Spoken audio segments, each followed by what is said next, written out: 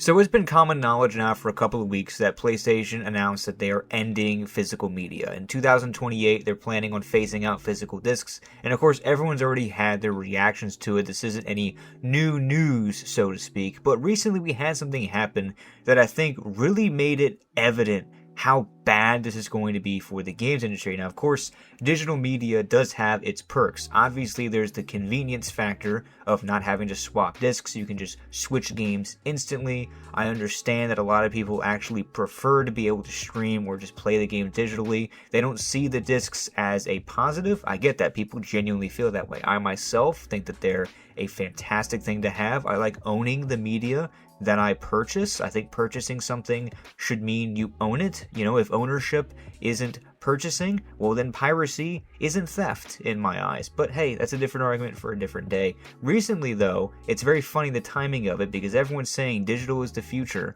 PlayStation Network had a massive outage and people were not able to play any of their digital games because guess what these digital games require? An active internet connection and a connection to the PlayStation Network, meaning if something happens to either one of those, the thousands of dollars in digital goods you purchased are inaccessible. You cannot play them. And it's a hilarious and ironic twist of fate that days after people are defending the decision by Sony because they think convenience matters more than an actual principle of ownership, they lose access to all of their stuff for over 24 hours because this is the exact reason digital goods should not be the future. The most recent Halo release, the campaign Evolved on PlayStation 5, has a requirement for you to link your Microsoft account to your PlayStation Network account. When I downloaded it to my PS5, it took me almost 45 minutes to get into the game I purchased because the stupid ass link was broken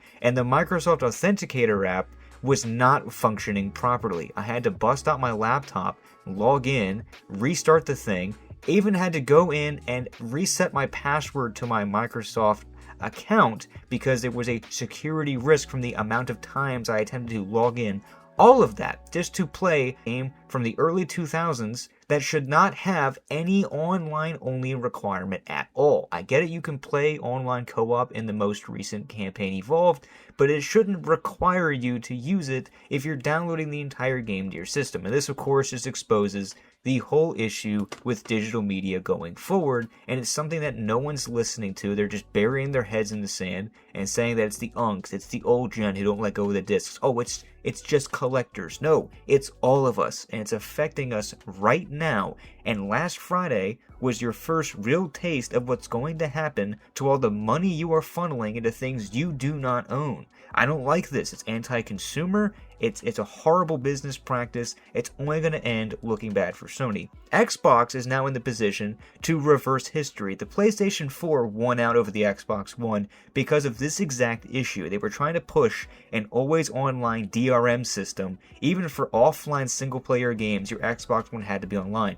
PlayStation 4 came out with a video clowning them and saying you can share your PlayStation 4 discs with any player without needing the internet and you can play them. History has now inverted itself and now Xbox is in the position to clown Sony for this exact thing. We'll see how Xbox handles it, but it looks like all of the main console manufacturers and corporations are pushing this way. They're even removing digital movies people have bought. PlayStation and Sony, they removed, I think, over 500 movies from the digital library. This is content people paid for that they just said, no, you don't have access to anymore.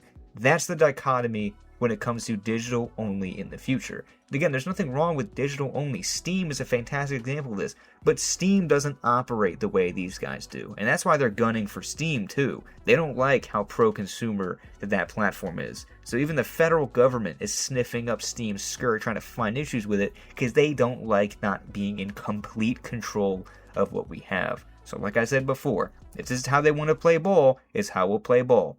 If purchasing something is not ownership, then piracy is not stealing. We'll leave it at that. Good luck, Sony.